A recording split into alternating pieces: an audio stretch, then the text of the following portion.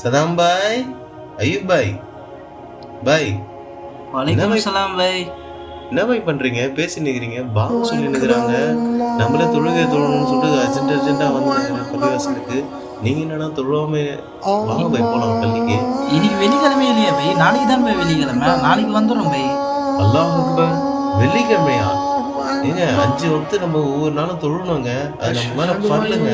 தொழுலன்னா இஸ்லாத்துல எந்த வித பங்கும் இல்லைன்னு சொல்லிட்டு நபி ஸல்லல்லாஹு அலைஹி ஹதீஸ் இருக்குதுங்க. அப்படியா? இதெல்லாம் தெரியாது பாய். இது அல்லாஹ் அக்பர். இதெல்லாம் தெரிஞ்சுக்கணுங்க. நம்ம டைம் ஆயிடுச்சு வேற. பாருங்க ஹஸ்ரத்தே வந்துட்டாரு. அஸ்ஸலாமு அலைக்கும் தம்பிங்களா, நல்லா இருக்கீங்களா? வலைக்கும் சலாம். அல்ஹம்துலில்லாஹ். பெரிய டிஸ்கஷன் பண்ணிட்டு இருக்கீங்க போல இருக்கு உங்களுக்கு மத்தியில. தமிழ் பாய் ஏதோ சொல்றாரு, கொஞ்சம் விளக்கமா சொல்லுங்க. அதுல அப்படியா? அல்ஹம்துலில்லாஹ். கொஞ்சம் தொழுகைக்கு நேரம் ஆயிடுச்சு. அப்படியே நம்ம மொத்தமா போனா தொழுதுட்டு வந்துடலாமே. அல்ஹம்துலில்லாஹ். போ.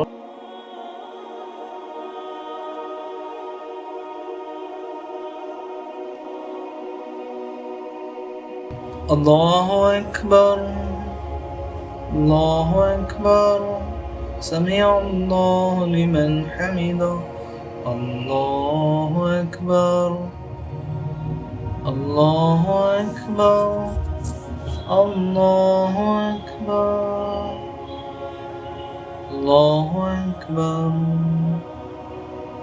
அஸ்ஸலாமு அலைக்கும் வரஹ்மத்துல்லாஹ், அஸ்ஸலாமு அலைக்கும் வரஹ்மத்துல்லாஹ்.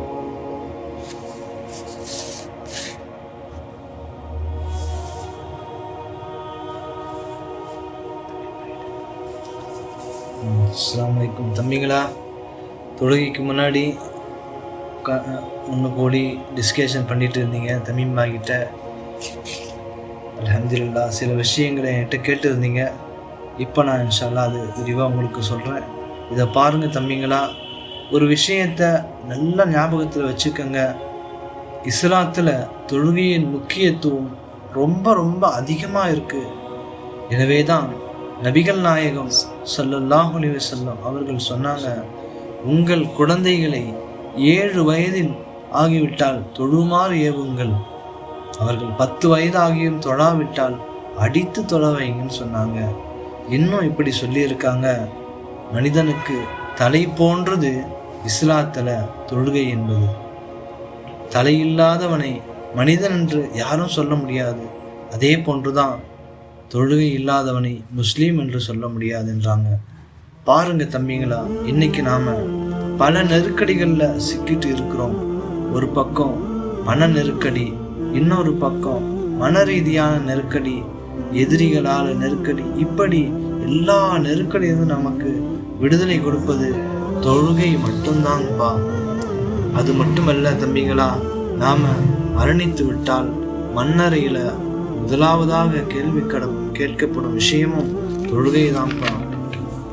தொழுகையாளிகளுக்கு மண்ணறையில நல்ல வரவேற்பு இருக்கும். கபரு விசாலமாக ஆக்கப்படும்.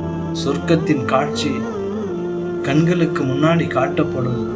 அதுவே தொழுகை இல்லாம இந்த உலகத்தை விட்டு போயிட்டா அந்த கபரு நமக்கு நெருக்கடியா ஆயிடும். அந்த கபரு நமக்கு மிகவும் நெருக்கடியா மாறிடும். இன்னும் கடுமையான வேதனைகளுக்கு ஆளாக இருந்ததாக நபிகள் நாயகம் ஸல்லல்லாஹு அலைஹி வஸல்லம் அவர்கள் சொல்லியிருக்கின்றாங்க. எனவே தம்பிங்களா, இனிமேலாவது 5 நேரம் தொடரக்கூடிய மக்களாக நாம மாறணும். இன்ஷா அல்லாஹ். செய்யலாங்களா? இன்ஷா அல்லாஹ். இன்ஷா அல்லாஹ். அல்லாஹ் நம் அனைவருக்கும் 5 நேரம் தொடரக்கூடிய பாக்கியத்தை தருவானாக.